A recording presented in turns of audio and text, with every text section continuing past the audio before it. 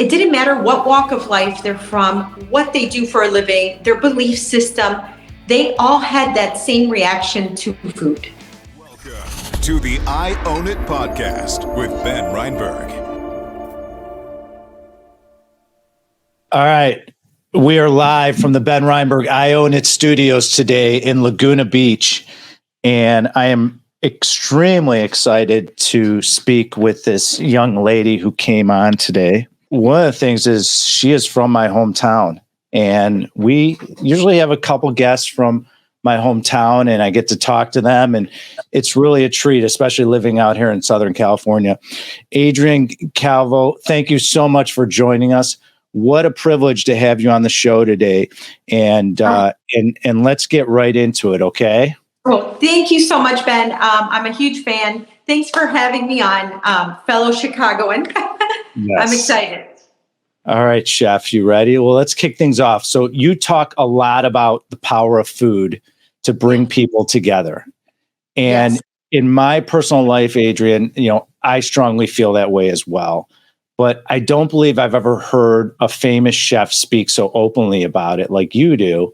Let's talk more about your perspective on food's power to bring people together. I believe that, I kind of learned this. The power of food I learned early on as I was doing volunteer work just to build my brand. And I would give samples out at different events and functions all over my city, sometimes out of town. And I would just see people's reaction to a bite of food, their excitement for it. And it didn't matter. It kind of created like this little spark for me where I'm like, it didn't matter what walk of life they're from, what they do for a living, their belief system. They all had that same reaction to food, And then that only got amplified when I started to do really big charity work. One of my favorite things is every year I go to St. Jude's Children's Research Hospital and I create a holiday feast. I've been doing it for, so it's going to be the 15th year this year. And that's just another example where you're using food to bring everybody together. And under that circumstance, some of them are facing the hardest time of their life. But for that brief moment, for 2 hours, maybe they're sitting around and everything is normal because of food. They're eating food with their child. All of a sudden, that family nucleus is as it was prior to the trauma or whatnot. And then on other occasions, you just see where, I use it to gather people for education. And it's food. It's centered around food because no matter where you're from or what you do, we all eat. I totally agree with that. You also view social media as another way to connect over food. And even if people are not at the same table with you, because I feel so connected when you start showing different things on your social media. A lot of our audience sees it that you have over 1 million followers on Instagram. And I'm curious, what do you believe is your secret for building such a large following and this brand that you've established? Well, I will say that it's been building for so many years. I remember when my marketing team opened my social media pages and I just had no time for it. And slowly, and through some national shows and appearances on Chopped and Beat Bobby Flay and things like that, it starts to grow. But how you maintain it and grow it really slowly is you stay authentic. I feel like the people that follow me do feel like they follow the insides of my restaurant, my day-to-day as a restaurateur. A lot of my following has really grown up with me. And they've seen the restaurants evolve. They've seen, right down to a workout routine, which is kind of dumb or whatnot, but if they're honed in on my daily schedule, some of them will know, okay, she works out now and then she goes by the restaurant and now the daily special is about to come out. So they're almost anticipating it. And that's because I've always stayed really authentic. And a lot of people use, and there's nothing wrong with using social media professionals to run your Instagram, but it's something that for me, I've always wanted to keep that personal. And I run my channel, I run my Instagram page and all that because I do want to stay connected as much as I can to my following, because I'm just so grateful that they share that excitement for food like me, and it's what keeps me going. You brought up authentic and authenticity, which you are, and it's which I enjoy about your content. There's something ingrained in us being from Chicago. I feel that we learn there's something about us being humble, down to earth, and authentic. Do you find that with other Chicagoans or people from the Midwest that you gravitate to? Because I feel like for some reason we might never have met each other in the world, but when we meet, there's somehow an instant connection because of that. How do you feel about that? That's funny that you say that, because I always feel like no one's a stranger. Like, I don't know how safe that is, but you just, that Midwestern hospitality, I can always tell when somebody's either from Chicago or Michigan or whatnot, because you just feel this warmth, like, come on in. Are you hungry, baby? Sit down. I have a plethora of food for you. And it's that welcoming, that genuine hospitality that, I hope that I instill that into like my staff and stuff like that. But I definitely can tell when somebody's from Chicago, for sure. Here, say Wisconsin for me. Wisconsin. Okay, you're definitely a homie. So Adrianne, I often hear foodies talk a lot about the restaurant scene in different cities. I'm in commercial real estate. I've been traveling my entire career for the past 3 decades, and I don't believe I hear much about the Miami food scene. I travel to Miami. I love eating in Miami. What do you see as Miami's reputation being an outstanding chef like yourself? I think Miami's coming around right now in such a big way. We just got a bunch of Michelin stars. I don't know. I think it's got a long way to go to become one of those really strong pillared culinary cities. But I do see a lot of change. In the last 5 years, Miami's really grown up. Like, it's had this culinary growth spurt that's really unbelievable. I really can't wait to see where Miami's going to be in the next 5 years. There's a lot of work to be done, but a lot of work has been done. Why did you side on Miami? You're from Chicago. It's an incredible city to have a restaurant in. As you know, you started there. When did you decide Miami is where I want to establish your restaurant roots? How did that come about? Well, I moved down here when I was really young. My family came down for vacation. My family lived up there for close to 30 years. Some of my family is actually still up there now, which is what keeps me going back all the time. But they came down here. My parents came down here on vacation. And once they experienced a winter that was tropical, pretty much, they were like, oh no, we cannot do the hawk is not catching us one more time. One of those, winds, for those that aren't from Chicago and are listening, the hawk is when you get one of these crazy winds that are bitter cold. It just gets you and can almost pick you up off the ground as if it were a hawk. So anyways, they were like, we gotta get down to Miami. And that's kind of how it happened. So being in commercial real estate for the last 30 years, one of the lines I love that you say, and I'm going to quote it. Are you ready? It's real estate is always second on the list to your product. And that really resonates with me when I hear that. Share more about your approach to selecting locations and where have you bought compared to lease? How do you approach your real estate for your restaurants? So it's funny because the answer for me on real estate for restaurants is I lease, actually. And I have one purchase and 2 that are leased. However, the space has to speak to me. I don't go out there going like, okay, I'm going to put a restaurant and I need it to be in this exact location and I'll make it fit wherever it has to. I have to walk the space. And even if it's obviously not decorated, I'm just looking at 4 walls, probably concrete floor and, industrial ceilings. It'll speak to me. I immediately can see what I can build in there. I can see the people walking in. And just the way that it feels, even the way that it feels towards like wherever the main street is at. Maybe there isn't a main street. My first restaurant was in the suburbs, in a hidden neighborhood, far away from the actual, like, where traffic would be. But if the space speaks to me, I think it's what you bring to the space that makes it really valuable. Well, you own and operate multiple restaurants, Yes. and for several years now. I mean, it's been a while now. And you manage, how long? 15? 16. Yeah. 16. Wow. I mean, you're managing multiple locations, and we all know it's easier said than done. What's the secret to successfully doing it without compromising quality? I think it's the impossible belief in sustained peak performance, if that makes any sense. And Sure. I say it's impossible because no one can really do it.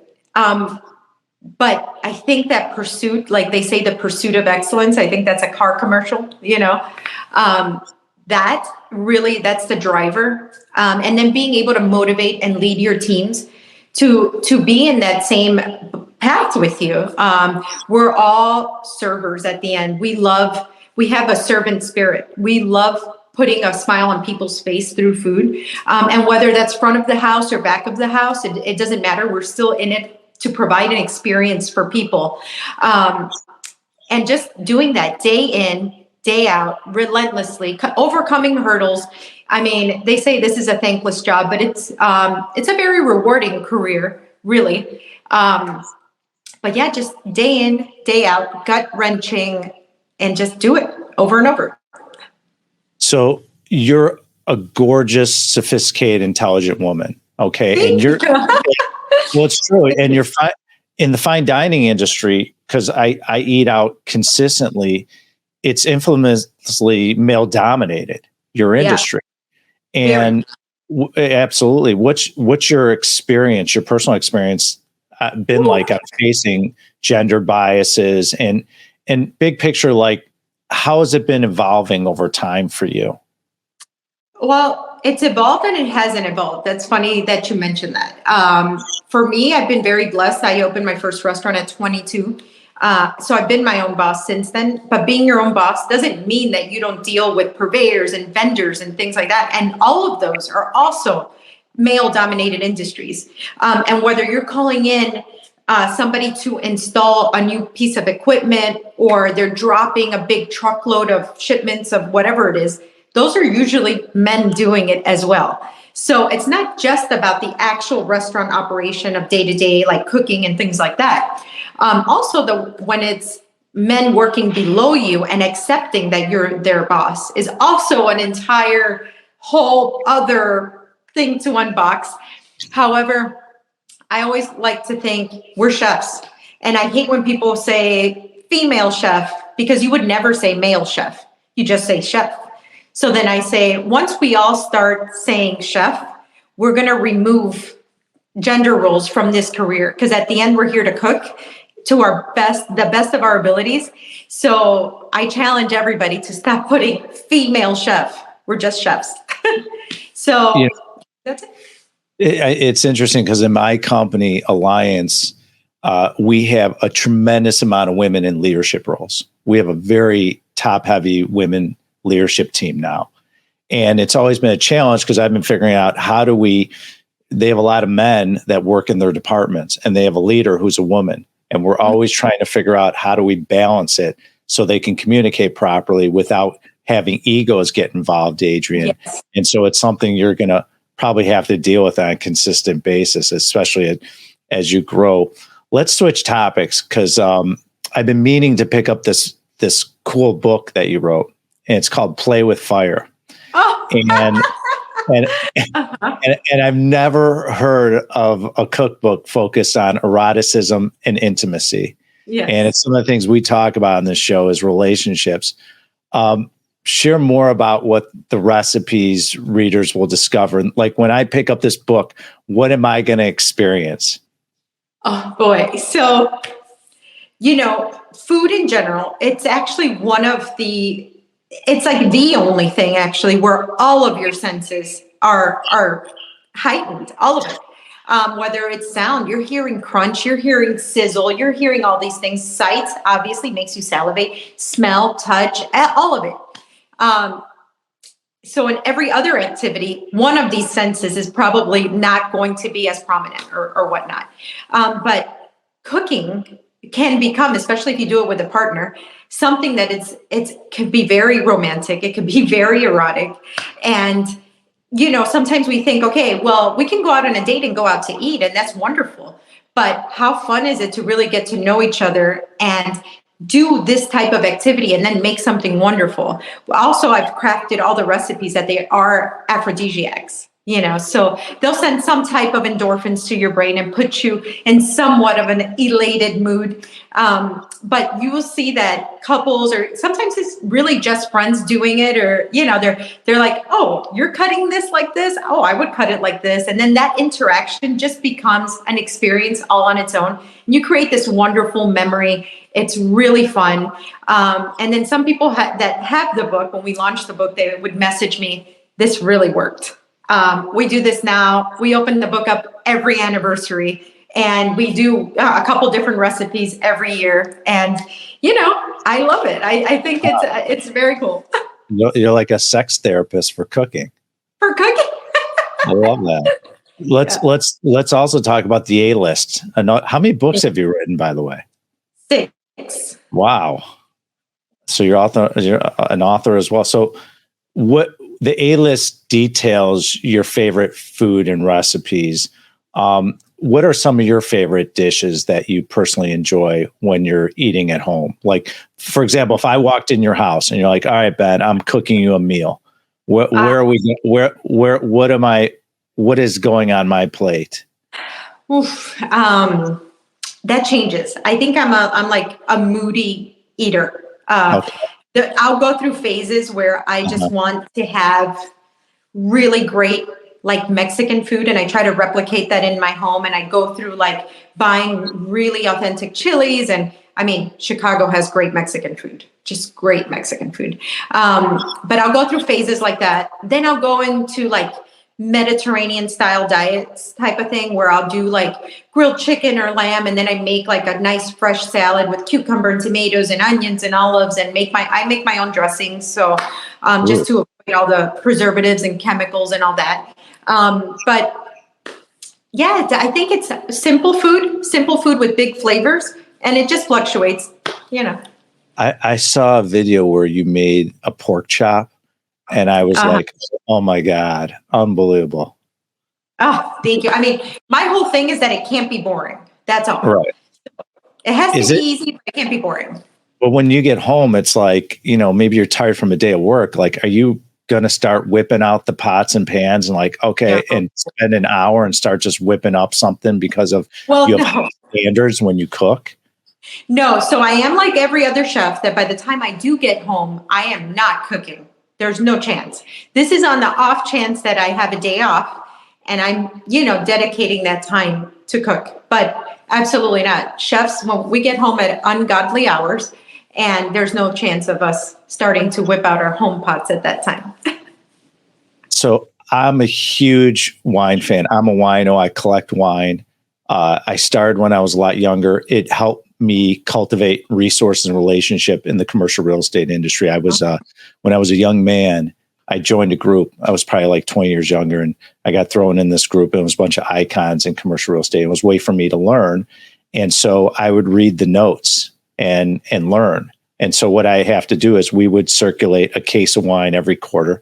I had no money, so I had to figure out how I was going to afford it and what I was going to buy. So I would do research, and I got deep in the water and started researching, Adrianne, different wines around the world. And so then I started collecting it, and I found love. I don't really drink much. I have a glass of wine here and there. I'm very into health and fitness for people that know me. But you're currently in the process of developing a new wine, which I would love to try. It's in Napa Valley. Share more about what you are envisioning with this new wine you're coming out with.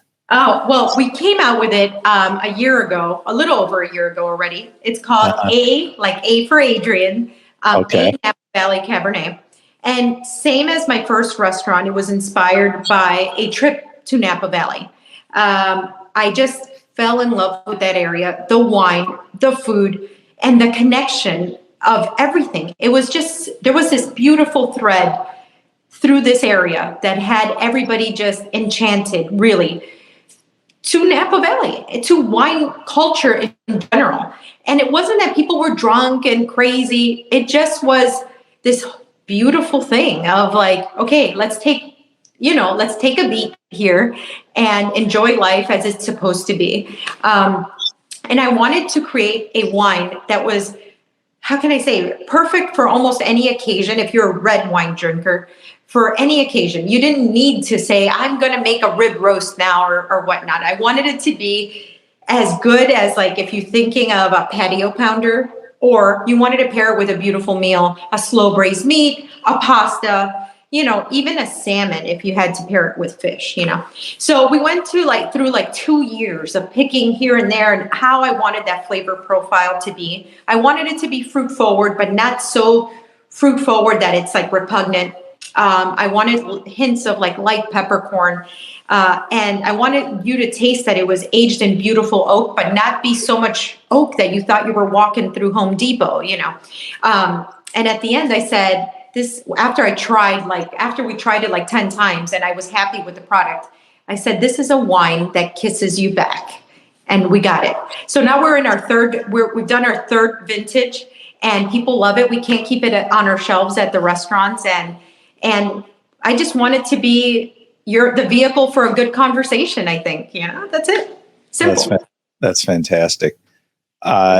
You post a lot of videos about your health and working out. What is the routine? Like, what's the health and fitness routine especially because here's the thing, I could never imagine being, especially a chef of your caliber, like, how are you not like just picking at like, oh, let me try that, or let me take a spoonful of that, or you see a dessert coming out from one of your chefs in the kitchen, you walk in, you're like, oh, let me try that. Like, how is it possible to control your weight being a chef? And like, so what's your routine? What do you do, Adrianne?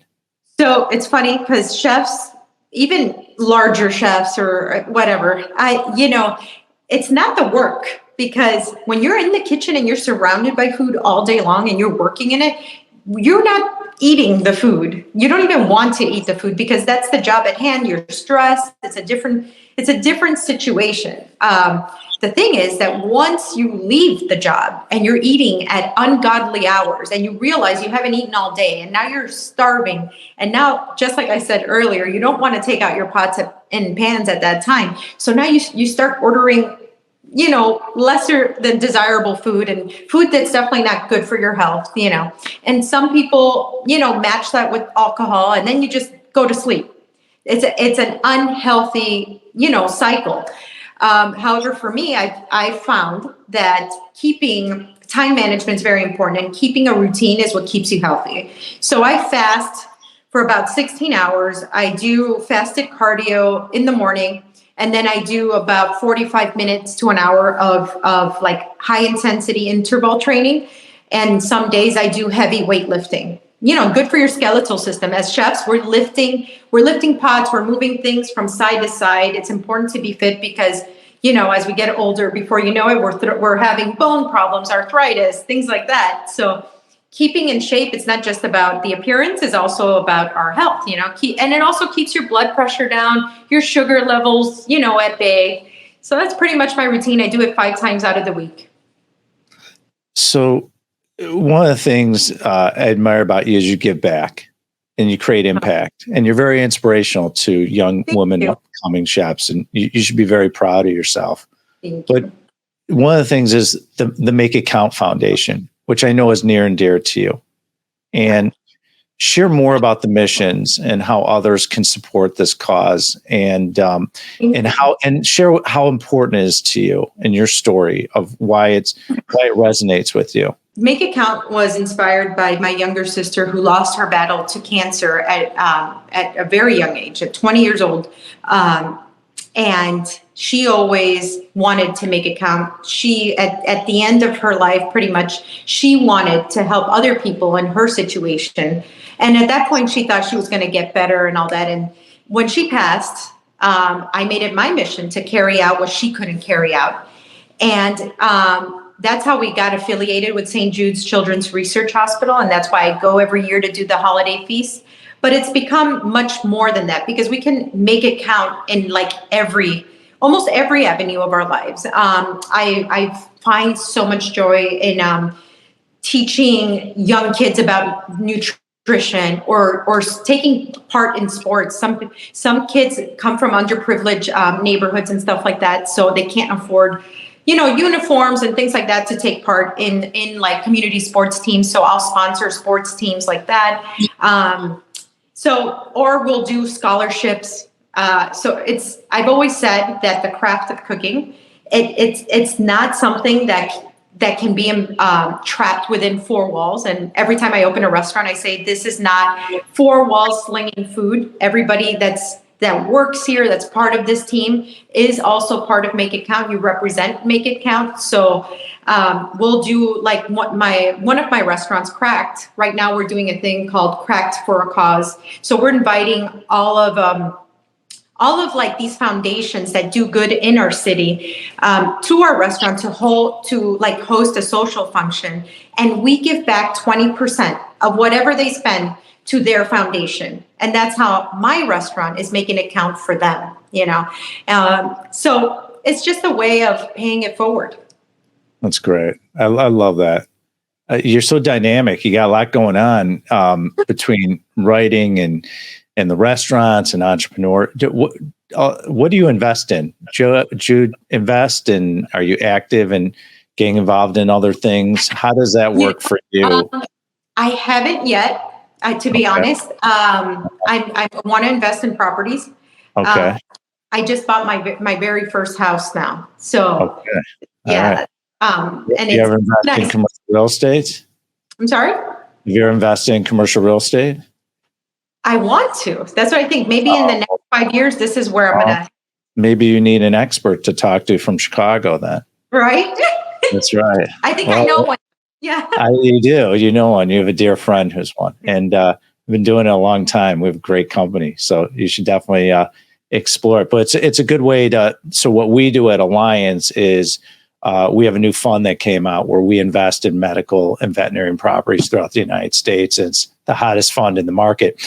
What's great about it is it allows you to diversify your capital. That's why I invest heavily in what we do. And I'm shoulder to shoulder with our investors where we invest in these type of properties, because the one thing I love, and because you are a restaurateur and a chef, is the human body is never going out of style.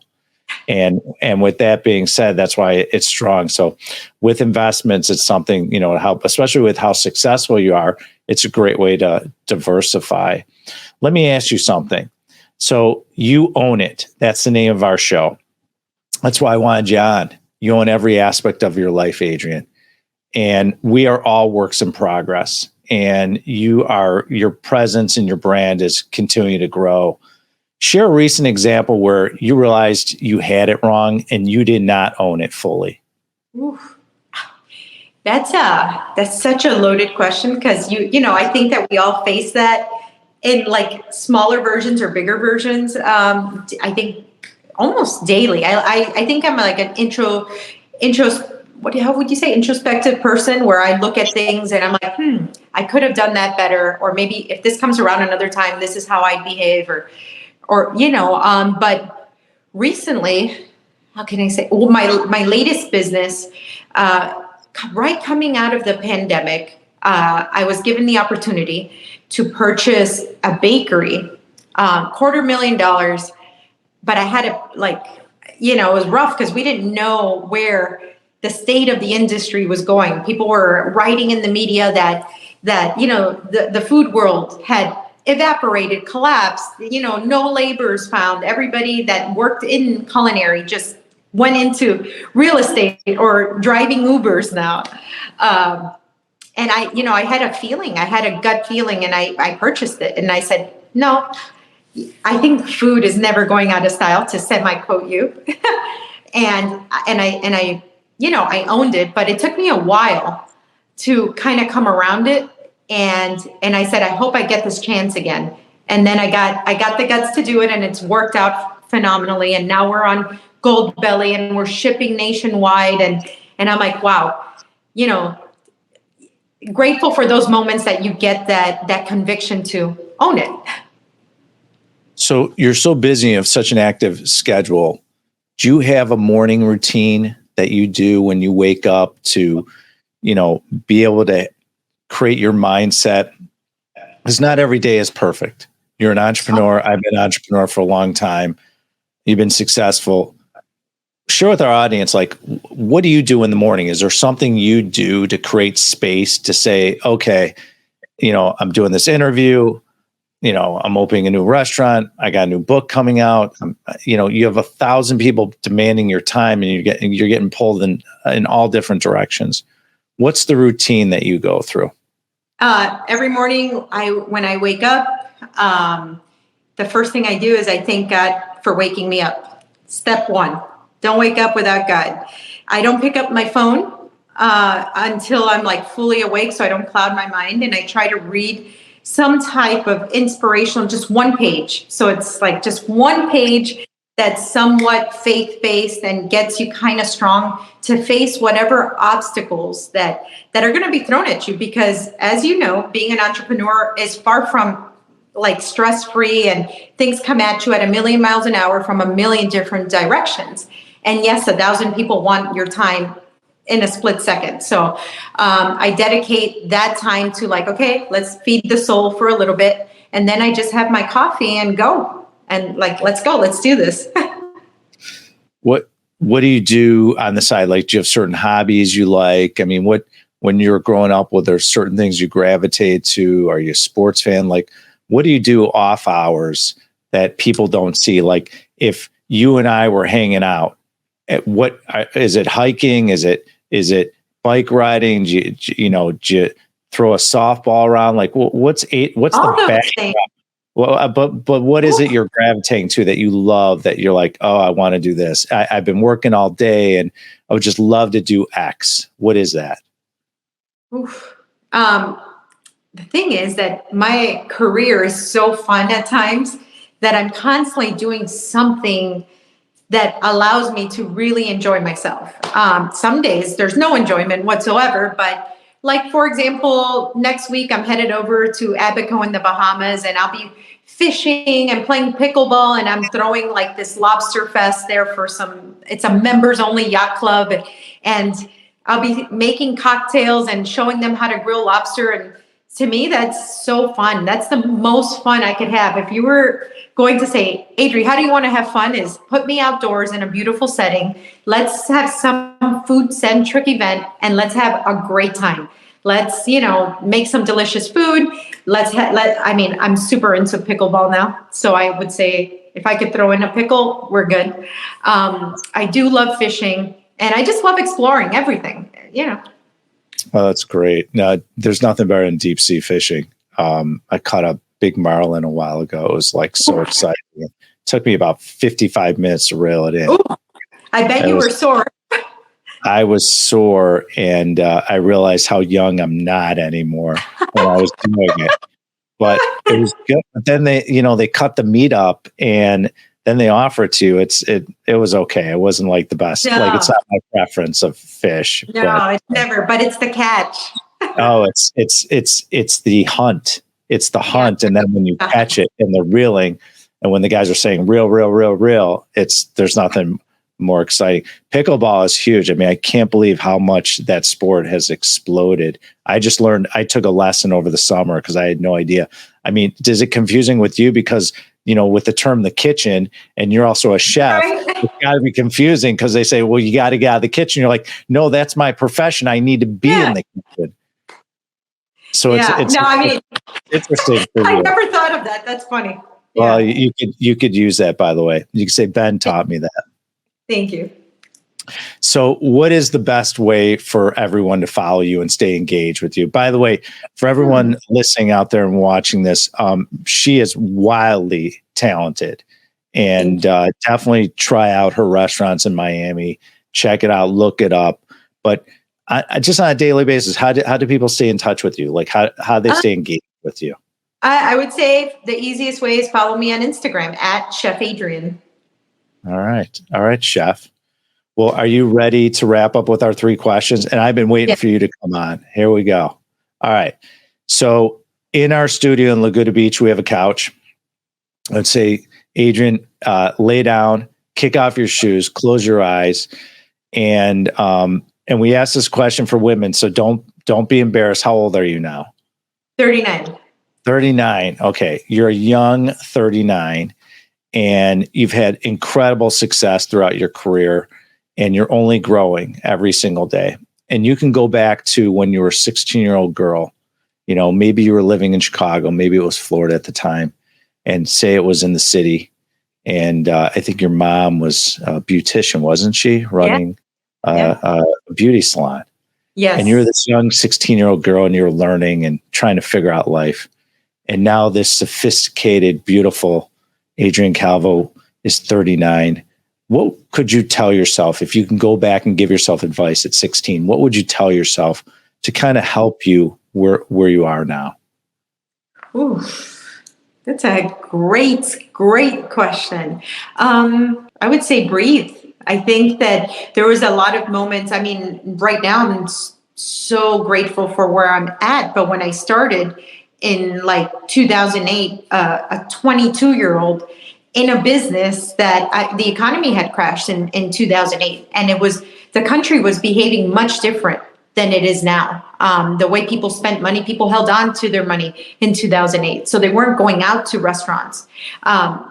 But now I think the way people are spending money, it's like, no, I'm having this experience. I'll cut back everywhere else, but I'm going to go to the restaurant, But during that time, I remember just being so stressed. That my early 20s were a blur. So if I could tell myself in that time, would be breathe. 16-year-old Adri was just having a ball, having the time of her life, So it's our last day on earth. Mm-hmm. It's just me and you, kid. It's our last meal together. Ooh. It's your choice. What are we eating and what are we drinking? And by the way, you're a little bit different. Are you making it for us? So that's the third part of the question. You're not making. Okay, fine. Nope. I'm going to be a little disappointed, but go ahead. So what are we eating? What are we drinking? Your choice. It's just me and you. Last day on earth. Having a really great cheeseburger. Oh. Cut fries. And a Coca-Cola. Oh, wow. That sounds good. So simple. Sorry. Yeah, sorry, but it's those things. And the reason why I'm not making it for you is because as chefs, we don't eat what we make. We don't enjoy that. We're always doing it for others. So if I want to enjoy it like you, I want somebody to make it for me. Okay. You got me sold. I can live with that answer. What, do we get dessert with that? Ooh, yes. Okay. Can we throw a cannoli? A cannoli. Oh, you're a true Italian girl. I love that. What are we drinking? A Coca-Cola. Okay, that's it. Okay. That's it. Sorry. We don't get your wine, I guess. All right. No wine. Okay. It's the end. It's the end. Okay. So in our studio in Laguna Beach, we have a grand piano, electric and acoustical guitars, and a drum set. And we have a black door. You're in studio with me. I say, Chef, you can bring in, I'm calling you Chef now. Chef, you can bring in any musician or band. They could be living or deceased. Okay. Living or deceased, to walk through that black door and play us a song. Your choice. Who is coming in studio and what song are they playing us? Oh my gosh. Either Elton John. Ooh. And I forget the name of the song. I think playing the one, because the piano in that song is gorgeous. Or This Is the Time, Billy Joel. Okay. I love it. Thank you. You have to, next time you're in Laguna Beach, you have to come in studio. We'll have you in studio, and maybe we'll have to stir something up for you. That's a treat for you. Oh, thank you. Well, thank you for coming on. Chef Adrianne Calvo, what a pleasure to have you on, and what a great story you are. And for young entrepreneurs, especially young women out there inspiring to get into business and grow and in different facets, you're a true inspiration. So keep inspiring, keep putting out great content out there in the ether, as I say. And so if you're interested in listening to more episodes like this one that Chef Adrianne Calvo just dropped on us, kick that right-hand button and click subscribe. Feel free to click the like button as many times so we can let this show and this content, and as I say in the ether, let it go viral. To follow me, go to benreinberg.com. You can follow me on all social media platforms. And for your commercial real estate needs, if you are interested in investing passively in commercial real estate throughout the United States, look to the leaders, AllianceCGC.com. We have the hottest fund on the market. It's called the Alliance Medical Property Fund. If you're interested in investing, feel free to reach out to us. You log on to our website, and we could show you how you can build a legacy and wealth for you and your family, just like I have over the years. Chef, thank you so much for joining us. Hang around a bit. What a pleasure. And everyone, feel free to engage with Chef and go out to her restaurants in Miami. And I'm sure she'll be opening more locations as she grows. Thank you so much. Thank you, Ben. Thank you. Thank you for listening to the I Own It podcast with Ben Reinberg. To hear our past episodes and connect with Ben, visit benreinberg.com.